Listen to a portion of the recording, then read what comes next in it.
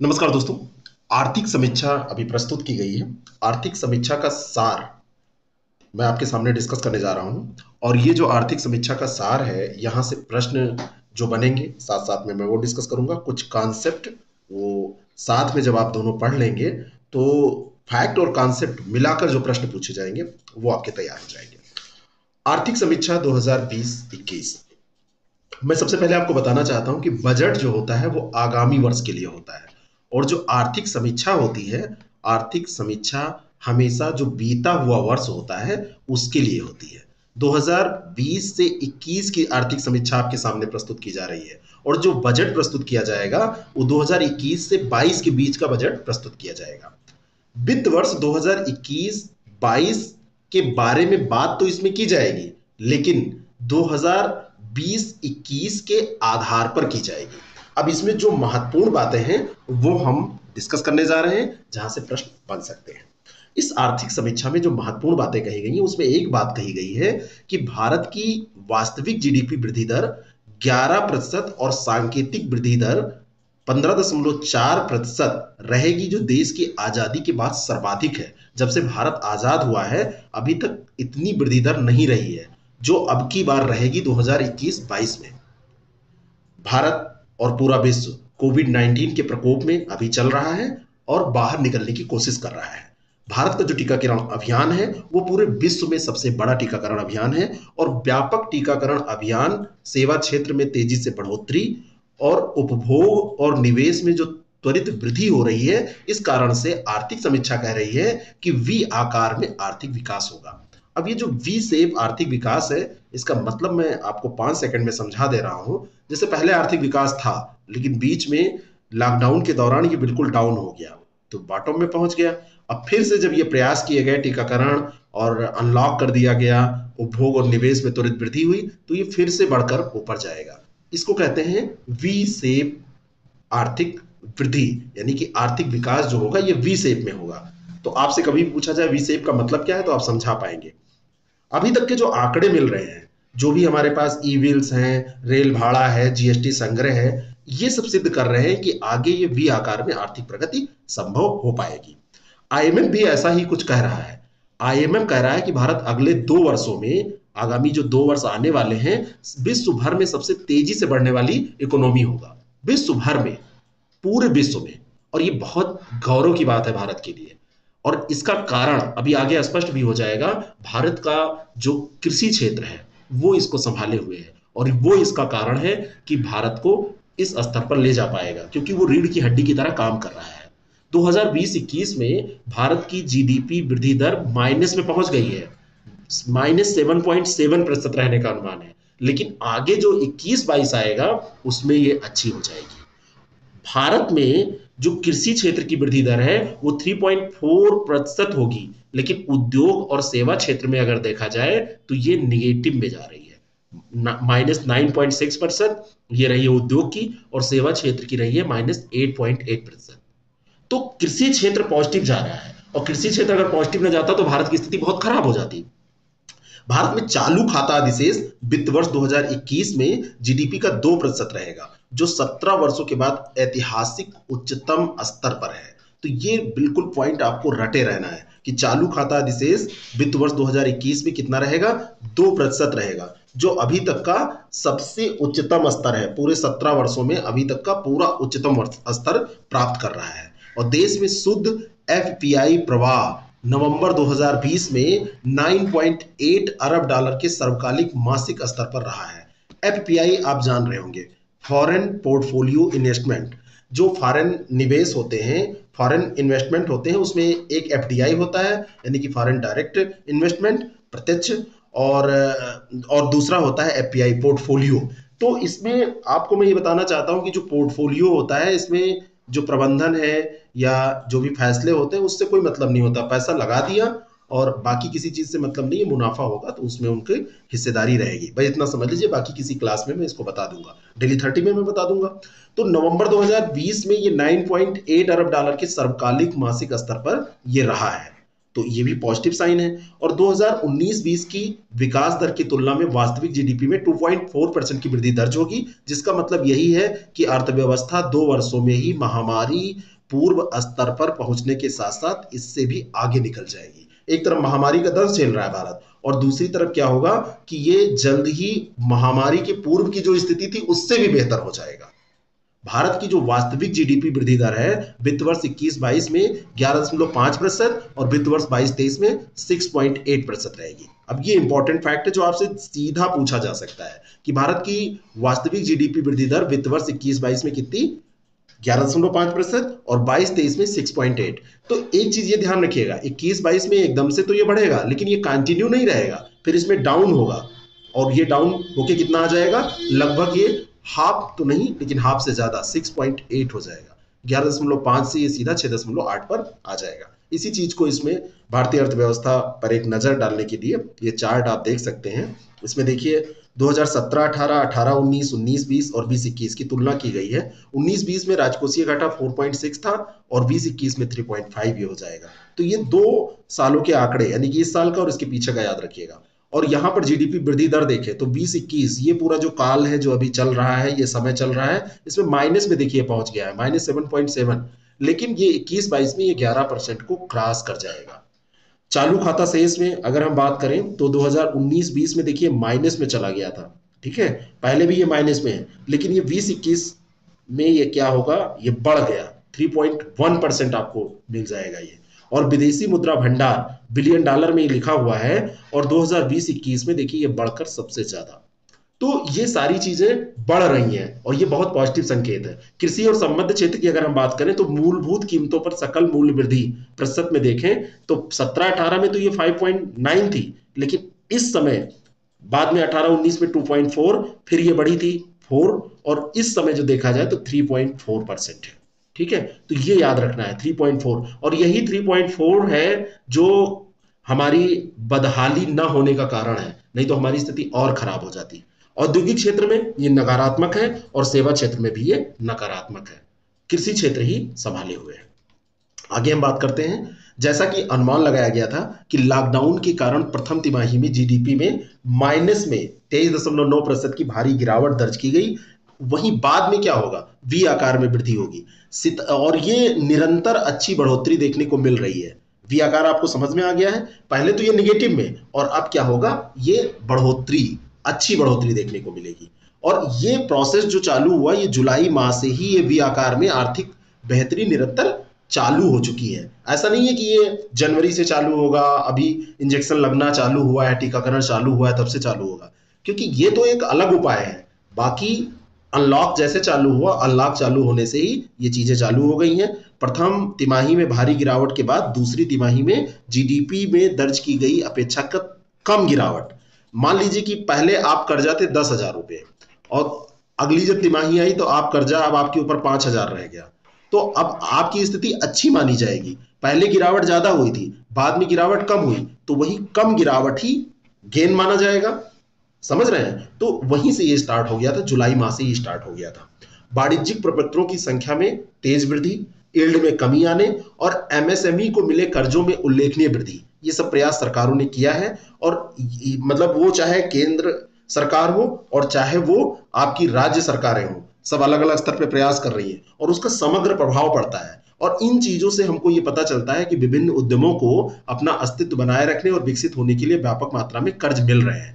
भाई अगर ये वाणिज्यिक प्रपत्र की संख्या बढ़ रही है, यील्ड में कमी हो रही है, एमएसएमई को कर्ज मिल रहे हैं, कहने का मतलब क्या है कि कर्ज दिया जा रहा है, और कर्ज जब दिया जाएगा तो मार्केट में पैसा बढ़ेगा, और मार्केट में पैसा बढ़ेगा तो लोगों की आय बढ़ेगी, और लोगों की आय बढ़ेगी तभी तो जीडीपी बढ़ेगी।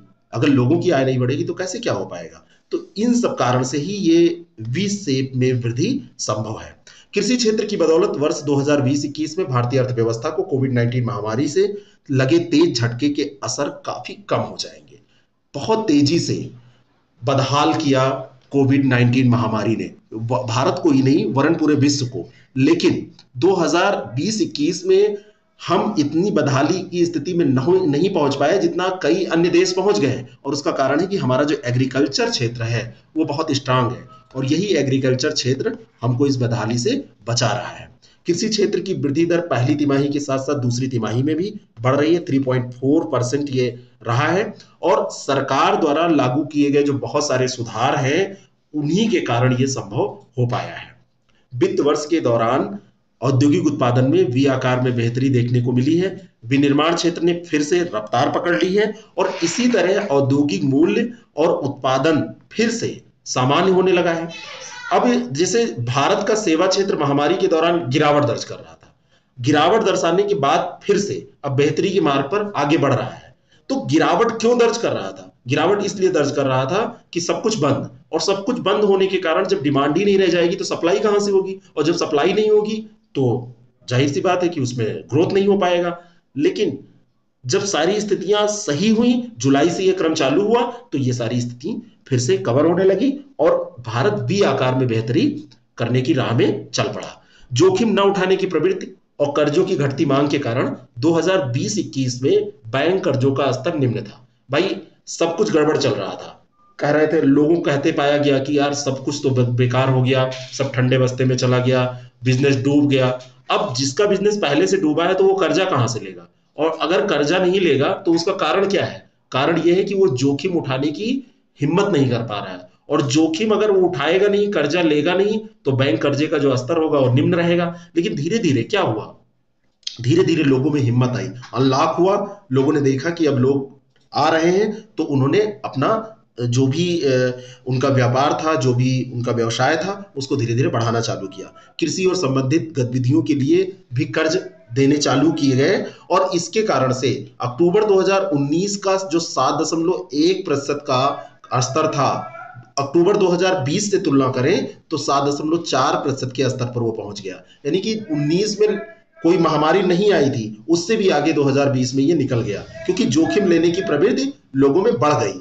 और अक्टूबर 2020 के दौरान निर्माण, व्यापार एवं आतिथ्य जैसे क्षेत्रों में कर्ज प्रवाह में उल्लेखनीय वृद्धि हुई, और विनिर्माण क्षेत्र में बैंक कर्ज का प्रवाह धीमा बना रहा।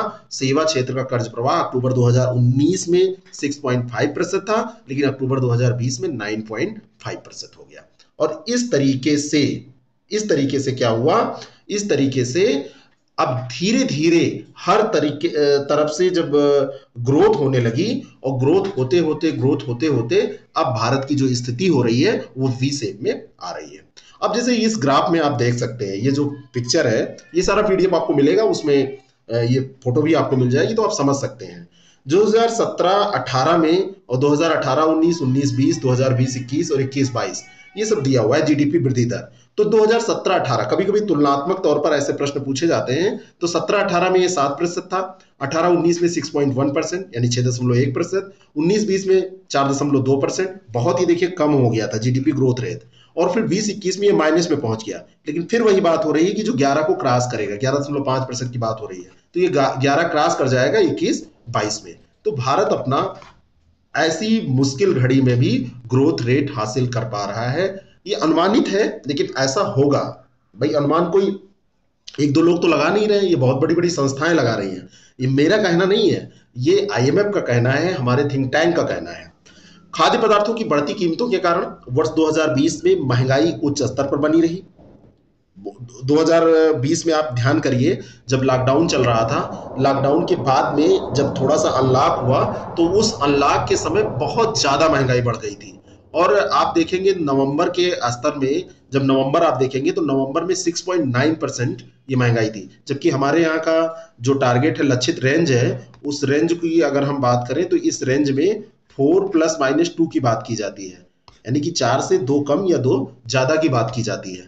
तो ये पहुंच गई थी 6.9%, और वर्तमान समय में अगर देखा जाए तो ये 4.6% पर आ गई है, और यानी रेंज जो हमारी है, रेंज के पास में है। सब्जी के दाम, मोटे अनाज के दाम, प्रोटीन युक्त जो खाद्य पदार्थ उत्पाद हैं उनके दाम, उनकी कीमतों में गिरावट, और पिछले वर्ष की तुलना में आंकड़े भी कुछ कम हैं। इन सब कारणों से अब हम क्या है, 4.6%। आप इसको फील कर सकते हैं, मार्केट जाके इसको फील भी कर सकते हैं। एक समय में आलू प्याज का दाम आप देखेंगे, सिंपल सा जो सबसे बेसिक सब्जी होती है उसका दाम बहुत ज्यादा बढ़ गया था, लेकिन इस समय आप देखेंगे तो सब कुछ कंट्रोल में है। तो इस कारण से एक मतलब आप अनुमान लगा सकते हैं कि चीजें कंट्रोल में आ रही हैं। और बाह्य क्षेत्र से भी भारत में विकास को काफी सहारा मिला। जैसे चालू खाते में अधिशेष की अगर हम बात करें तो प्रथम छमाही के दौरान जीडीपी का 3.1% रहा, जो सेवा निर्यात में उल्लेखनीय वृद्धि और कम मांग की बदौलत संभव हो पाया है। सेवा निर्यात में हमने वृद्धि की, और वृद्धि करने से क्या हुआ, हमारा जो अधिशेष है वो 3.1% रहा है, और इसी वजह से निर्यात, वाणिज्यिक निर्यात में 21.2% की गिरावट, और आयात में, यानी कि जो हम वाणिज्यिक आयात करते थे उसमें 39.7% की गिरावट। तो निर्यात में गिरावट कम हो रही है और आयात में गिरावट ज्यादा हो रही है, यानी कि जो हम निर्यात करते थे, निर्यात में कमी तो आई लेकिन उतनी नहीं आई जितनी कि आयात में आई, और इस कारण से जो अधिशेष होगा वो हो जाएगा, यानी कि हमारे पक्ष में रहेगा, और इसी के परिणाम स्वरूप जो विदेशी मुद्रा भंडार है वो हमारे पास बढ़ जाएगा, और इतना अधिक बढ़ गया जिससे 18 माह के आयात को कवर किया जा सकता है। बात समझ रहे हैं? मान लीजिए कि हम 10,000 रुपये का निर्यात कर रहे हैं, 10,000 रुपये का हम एक्सपोर्ट कर रहे हैं, और 8,000 रुपये का हम इंपोर्ट कर रहे हैं। एक बात मैं बता रहा हूं, फिर से एक्सपोर्ट में कमी आ गई, हम 8,000 रुपये का एक्सपोर्ट करने लगे, और इंपोर्ट में भी कमी आई, और इंपोर्ट में कमी ज्यादा आ गई, हम 4,000 का ही केवल इंपोर्ट कर रहे हैं। तो अब अंतर देखिए, ये 4,000 का आ रहा है, यहाँ पे 2,000 आ रहा था, तो ये 2,000 रुपये बढ़ गए, यानी कि जो अधिशेष है वो हमारे पक्ष में आ गया। और जीडीपी के अनुपात के रूप में बाह्य या विदेशी ऋण मार्च 2020 के आखिर में 20.6% से मामूली बढ़कर सितंबर 2020 के आखिर में 21.6% के स्तर पर पहुंच गया। और इससे क्या हुआ, विदेशी मुद्रा भंडार में उल्लेखनीय वृद्धि हुई, और उसी के कारण से विदेशी मुद्रा भंडार और कुल एवं अल्पकालिक ऋण का जो अनुपात है वो बेहतर हो गया। अब जैसे जीडीपी के अनुपात के रूप में देखें तो बाह्य और विदेशी ऋण, बाह्य या विदेशी ऋण मार्च 2020 के आखिर में 20.6%, और इससे थोड़ा ही बड़ा 21.6% हुआ है ना, मतलब सितंबर में। अब ये मार्च से सितंबर के बीच में ये देखा जाए अंतर बहुत कम है ना, लेकिन ये स्तर जो चेंज हुआ, और इसी की, लेकिन इसमें जो सबसे पॉजिटिव बात है जो आपको समझनी है, यहां पर जो ध्यान में रखनी है, कि विदेशी मुद्रा भंडार में उल्लेखनीय वृद्धि की बदौलत विदेशी मुद्रा भंडार और कुल एवं अल्पकालिक ऋण जो होता है उसमें जो रेशियो होता है वो बेहतर हो गया। भारत वित्त वर्ष 2020-21 में भी पसंदीदा निवेश गंतव्य रहा।